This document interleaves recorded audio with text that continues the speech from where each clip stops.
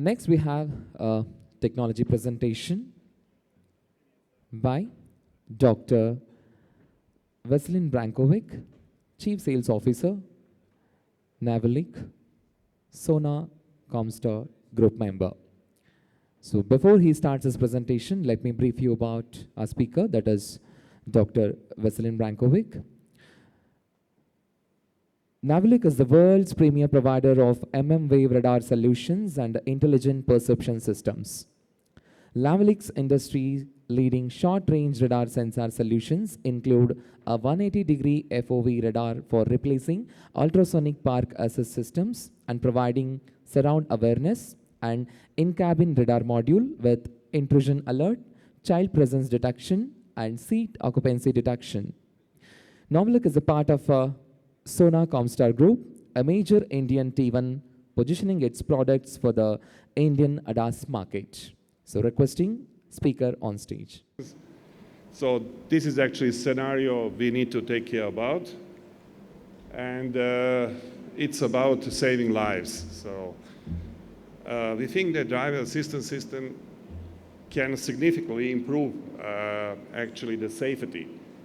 And if we can look carefully, we see that actually a lot of things are changing, but it's very difficult because our infrastructure protection in India is not so like we have in Europe and US. Everything is changing, so we need to have actually tailored solution for India. At the same time, we have actually a situation that living standard is getting better. So the actually demand of the people is to have vehicles with more safety and also with more comfort. And this is happening. So this is actually some short presentation of the market.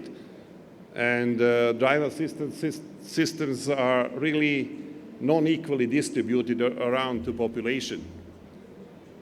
And we see right now that considering India, there is actually the place where everything will happen in the years to come. So actual number of the vehicles will be increased and demand for the safety will also remain. So this is actually the main motivation for us to try to find solution how we can provide more safety on the roads. And we think that other systems are also possible to do it in step-by-step and a tailored way. So on this picture, you can see a lot of functionalities, a lot of applications which are offered by other systems. And you have generally two groups of them. One of them are warning features. Second of them are really safety features where the vehicle itself play a significant role, like emergency braking or some other activities. All of them are a little bit different.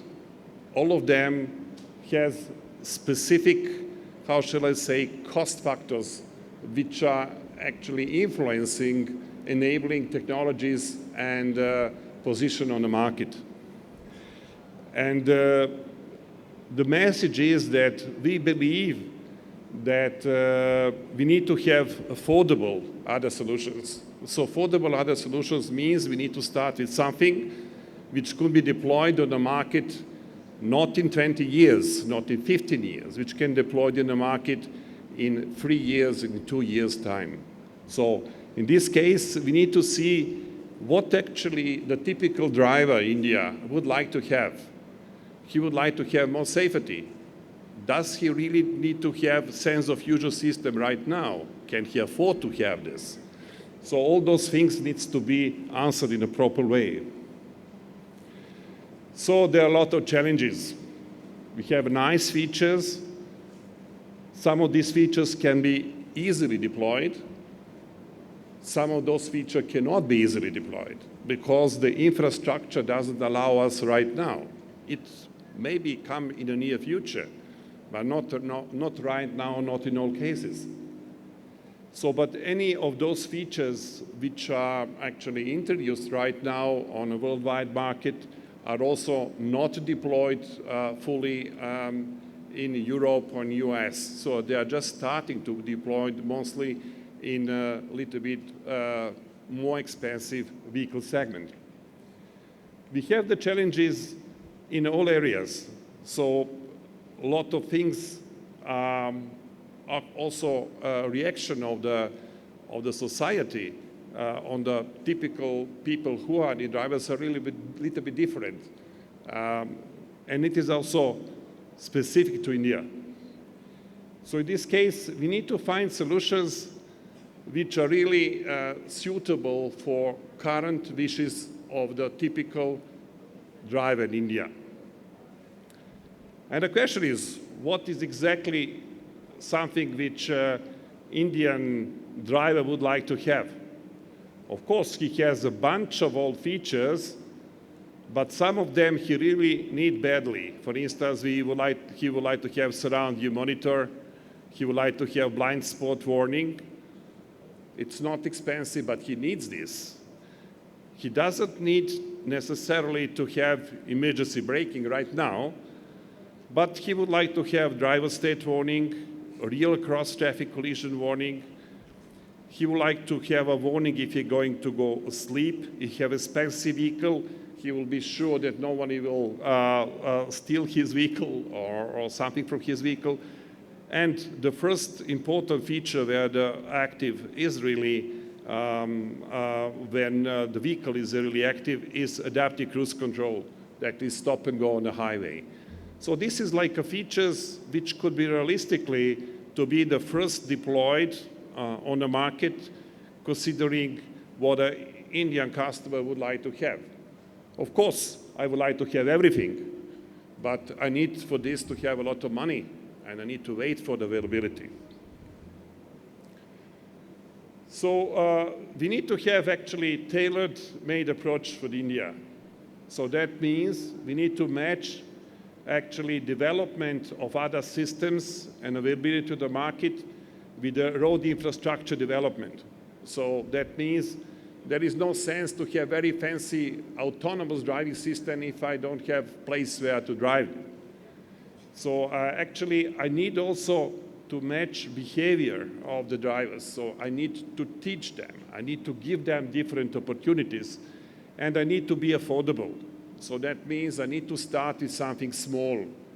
That means if I have a vehicle and I have some driver assistance system right now, my next vehicle will have more safety, more driver assistance. So it is not feasible for me that I'm immediately jumping in an autonomous driving solution. That means it needs time and it's a lot of money. So that means we need to find the right way to go first. We strongly believe that what will we have in the first phase, this is affordable warning features to assist drivers. So this is something which will be feasible. It is feasible right now. It's not expensive and it bring essential actually reduction of mortality. So this is actually the first step which needs to be done. With a smaller step, I can have a huge impact. After that, I can, of course, increase it with the coming of the time and availability of the technology in an affordable way. And of course, there is like a second phase. We have actuation, where the vehicle itself is doing something practically. We can have this actually second phase in an expensive vehicle. But of course, that doesn't have a safety impact of the total India, because the percentage of this vehicle is very, very small. So that means we need to find something for the very wide population of the people who are actually driving affordable vehicles. So technology is there. Technology is each year are going to be more and more affordable. So we have actually at the moment radar and camera systems which are affordable. And what is very important, in many cases in a radar system we have options to have edge computing for warning functions. So that means we do not have necessarily need to have very expensive CPU units in the vehicles. Not every vehicle in India will have actually NVIDIA and Qualcomm right now. So it will happen later because it's expensive. But actually, we need to see what type of warning functions with the camera can be realized by existing infotainment system, because we have a processing power there. What we can do with our radar system if you don't have a zone control as a center computation unit. So these are the things we need to solve pragmatically. And the last stage is sensor fusion will come, but it will start in premium vehicle segment, where I can afford to have a little bit more. LiDAR is coming. The question of the cost is essential. So how much LiDAR can be actually cheap to be employed in middle-class vehicles? This is something which the market will show. But for the sure, in selected premium vehicles, it will have its own place. So we speak about autonomy. So that was the first speech. We need time for this. Of course, in the R&D area, in the testing area, we are speaking about 2.5. But the practical area, we need a lot of time to come here and deploy it strongly on the market. Most probably, in the next 5 to 10 years, we will need to fight to have a lot of vehicles with the number 1, potentially with number 2. And we'll be very happy if, for instance, in the next 5 years, 5% of the vehicles or 10% of the vehicles will have the both features. But this time and market will actually give the answers, I hope, in positive way. So this is, I think, interesting picture. It shows how we can adapt other systems considering the cost. So in a moment, if we have very small, very low-cost vehicles, so we know now that we have short-range radar system with edge computing, which can go up to 100 meters. We can have a camera systems, and we have actually DMS, driver monitoring system with tri-presence detection right now. So all those systems which you see here are all of them, all 3 of them, they are below $100 in quantities, maybe below $50, depending of what we are deploying. And we see as much as we have more expensive vehicles, we can add more systems. If you're speaking with the large tier 1 companies, they will also come and tell you, you need to have a corner radars, you need to have NVIDIA system, you need to have sensor fusion, and you need to have everything right now. It's possible, but it takes a lot of system cost. The system cost is that what is actually determining deployment to the market. So we need to find a way how the simple technologies which are available right now can go slowly, but in massive area to improve situation.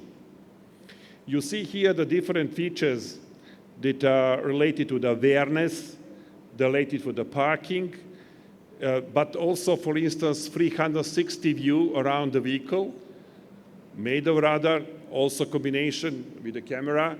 And also we see in actually more expensive vehicle area capability to have door protection made of radar system which is used for lateral observation, and also to have like imaging long-range radars.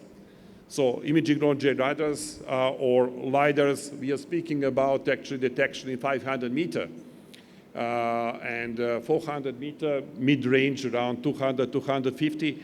The question is where we can really, or the corner radars, if you have a corner radar, so don't need to have this mid-range radar. So all those combinations are possible, but their deployment is also related to how much the systems are affordable or not. So what is also actually important to state, everything is going to be better. So we have a lot of actually speed up in making very important, how shall I say, infrastructure. So we have in large towns intelligent traffic management systems, and we have actually national road safety policies. So it is also important to do a lot of enforcement. Let's try to do something which can increase actually our safety, but it doesn't necessarily request a lot of investment in the cost of the sensors. And we need to raise awareness. We need to teach people how to behave in different traffic environments. So this is also business for those guys who are producing those systems. We're speaking about ADAS market, which goes to be close to 2 billion in the years to come. And there is a different aspects of this. Are there the sensors?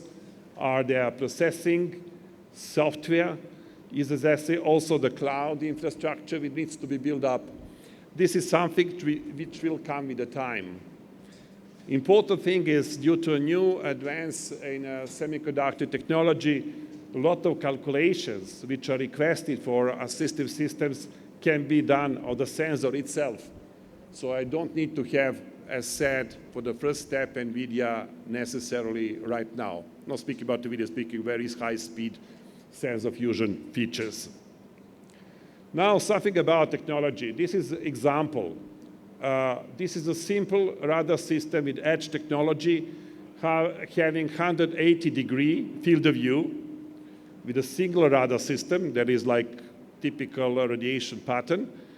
And you see here in the upper corner different applications with the same hardware. The basic idea is to have the same hardware, different software options, like a software-defined radio, which you combine on it. So that means I have parking, but I have also awareness up to 100 meters. In parking, I can go 5 centimeters only. In ultrasound system and current radar systems, I am limited to 20 centimeters. I cannot go much closer.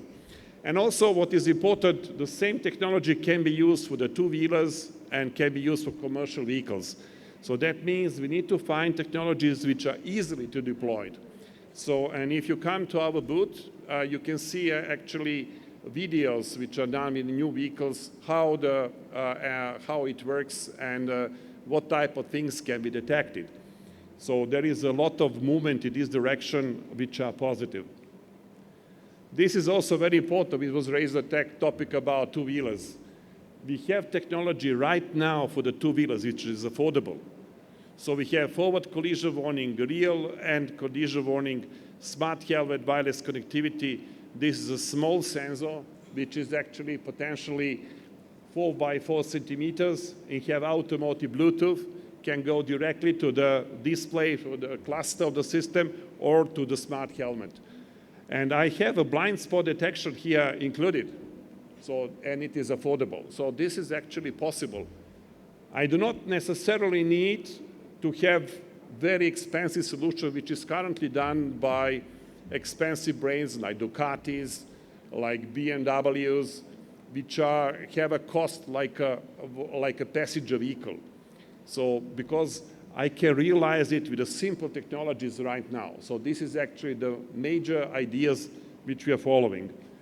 And if you look at here in a two-wheelers segment, in each year, we have around 70 million a year.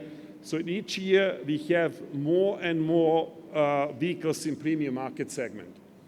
That means all those guys in a premium market segment, it is 1 million a year, they can have affordable ADAS system. Affordable ADAS systems means that I can have forward collision, real collision warnings, and I can have a blind spot detection. I don't necessarily need in my vehicle to have actually stop and go on the highway. So these kind of things are not necessary. So this is actually the main message. So, but at the end of the day, we need to have more safety to that what we have right now.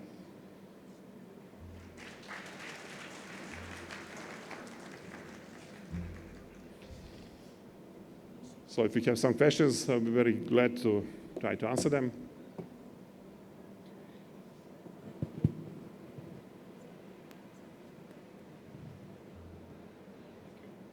Hi, good morning. Thank you for your presentation. So I'm Ishan from Hero MotoCorp. From two-wheeler point of view, I would like to understand what are the opportunities you feel for ARAS for two-wheeler, and what are the main challenges for ARAS?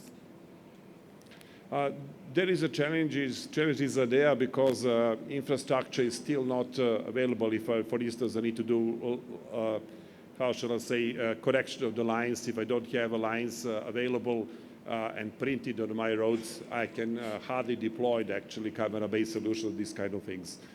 So practically, for the fast deployment, I'm very much practically oriented. I don't think, I can think about 20, 30 years ago what is in the future. But what is in the next, I would like to say, 2-3 years, actually the radar-based systems that combine the camera systems could be the best possible solution right now.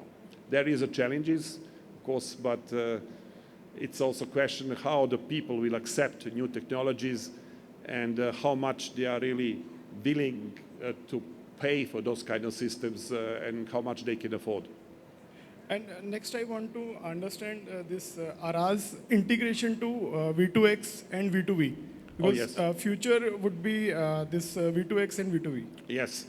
So there is actually, I think for the government, it's very important that India needs to have 3D maps. So that is no question about this. That means if I have very precise government-driven 3D maps, I can actually drive 50% of the future autonomous driving.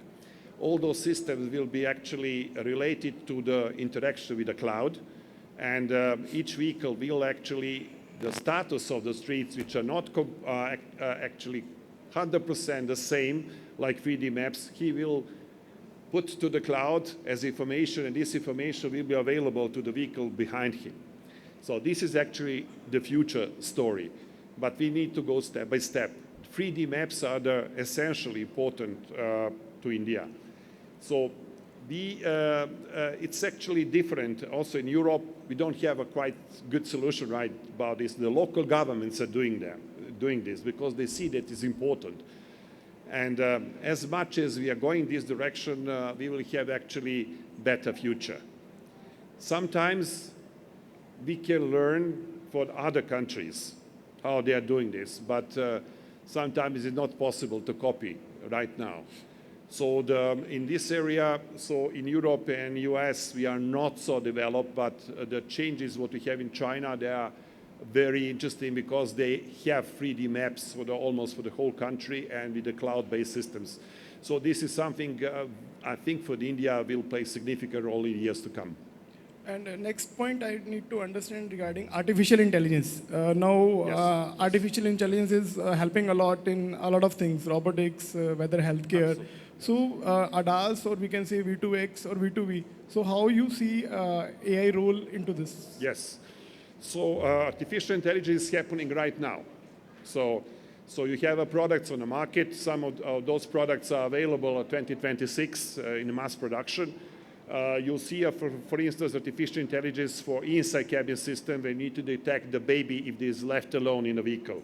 So there is an EI there. An EI there is not performed the center computer. It's performed to the small microprocessor which is already in the module. You have also, like what we saw here, option to have a parking awareness system in classification of the objects around you. For instance, if you drive the Tesla, you have a camera system showing you actually the vehicle, two-wheelers or track, and try to differentiate for the different objects what is around you. This is also typical artificial intelligence things which is functioning right now. What was in the first presentation shown, this is a higher level artificial intelligence where you have a central processing unit. You have actually very, very strong, very expensive sensors. And in this case, if you have very good annotation, and you can do artificial intelligence processing with a camera and a radar. That, what does it mean? That means if you have a camera, you have a raw data coming to center computation unit. You have a raw point cloud data coming for the radar. And sometimes you have actually like a zone controllers doing pre-processing, and after that coming to the main processing unit. And this is actually the future, but it is actually future which is not so affordable right now. Yeah. So the good example is if you look at, for instance, the best system in the world, this is Waymo system. You have a robot taxi. And if you have opportunity to drive it, you see it is wonderful. It is, but there's a $10,000 sensors there. So if you can pay $10,000 for the vehicle, in the Western world, you cannot do it by, for instance, Volkswagen Group. So it's not affordable, but you can do it if you are replacing a driver for the commercial, for the taxi. That is possible. If you replace the driver for the commercial vehicle, it's, you can invest because this money is coming back to you. But it is maybe not a use case for India. So that means, or it will be maybe in 20 years. So that is actually like a small steps which are really important. But artificial intelligence is absolutely necessary, and it's happening right now, but in a limited way.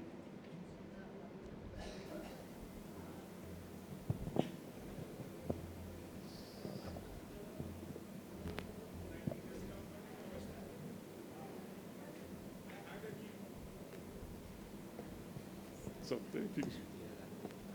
I don't know. Maybe last question. So no. Okay. What quality of parts do you supply to the Indian market compared to the European market? Pardon, can you repeat the question, please? What quality of parts do you supply to the Indian market compared to the European or the US market? So it's normally the technology is almost the same, but for instance, in case of two-wheelers, it's a very good example. So if you look at what is happening in the radar area, so mostly the large T1s are using automotive long-range radars, and they are adapting them for the two-wheelers. So that means you have CAN interface, you have automotive Ethernet, you have AutoSARI, some of them. So all of those systems require that also your two-wheelers is expensive. So this is not necessarily the best solutions. And there is no solution with wireless connectivity. We think that for the two-wheelers, wireless connectivity should be in a sensor itself. So you can immediately communicate in a very low-cost manner. So this could be the future. My question was also slightly related to the temperature gradient. I'll just give you a quick example. I had a Jeep in Ladakh, and it stopped working at 7 o'clock in the morning, but it started working at 9 o'clock in the morning because of the temperature. So are Indian manufacturers getting parts from you or suppliers which meet the temperature range of minus 30 to 150, whatever that range is? They are? Yeah, the response is clearly yes. All actually manufacturers in this area are using automotive qualified components. So you can go to a minus 40 and typically 120. So okay. That means this is already included in as a standard solution. Great. Also, wireless connectivity is automotive qualified. Thank you. Please come to the booth and we can. Thank you very much. One more question, please. One more, last question. Over here. It's very important. It's a pressing question for me. So, one thing is thank you for instilling confidence. While you are presenting, giving data about India, people were all taking the photos. 4 years back, had you presented those data, everyone would have trashed it. Okay, now that's instilling confidence. So what do you think that is more important for you? Is it compliance part or the data collection? What is the challenge that you foresee? So this is I'm also coming, my background is from academia. I will always say I would like to have all data, I will have all processing, and this is actually, there is no wrong answers. So this is actually something which is important for the future. I need to have actually very good data systems because I need to do India-related annotation, which can be used for artificial intelligence, whatever sensors I'm using. There is no doubt that we need to have this. But to have a system which can deploy them in commercial manner for the massive actually improvement of the safety, it's difficult and needs a lot of time. So this is actually reality. But we believe in the small things, that you have a small type of artificial intelligence which is on edge computing, which is not so complicated, you can dramatically improve the safety with the small things which are not so affordable. And after that, with the total things, I have autonomous driving and a lot of safety with the data collection and data annotation. But it actually needs time. So that is believe. There is a huge discussion in Europe. So if you go to the conferences like this in Europe 10 years ago, everyone was promising that all vehicles will be almost full autonomous driving right now. but it's not the case. So, and actually, everyone say we need more time because actually deployment of technology requests that the customers accepting this. They are really willing to pay for something if it is really actually they need to be convinced that they can improve the comfort and safety. Anyway, thank you. Thank you.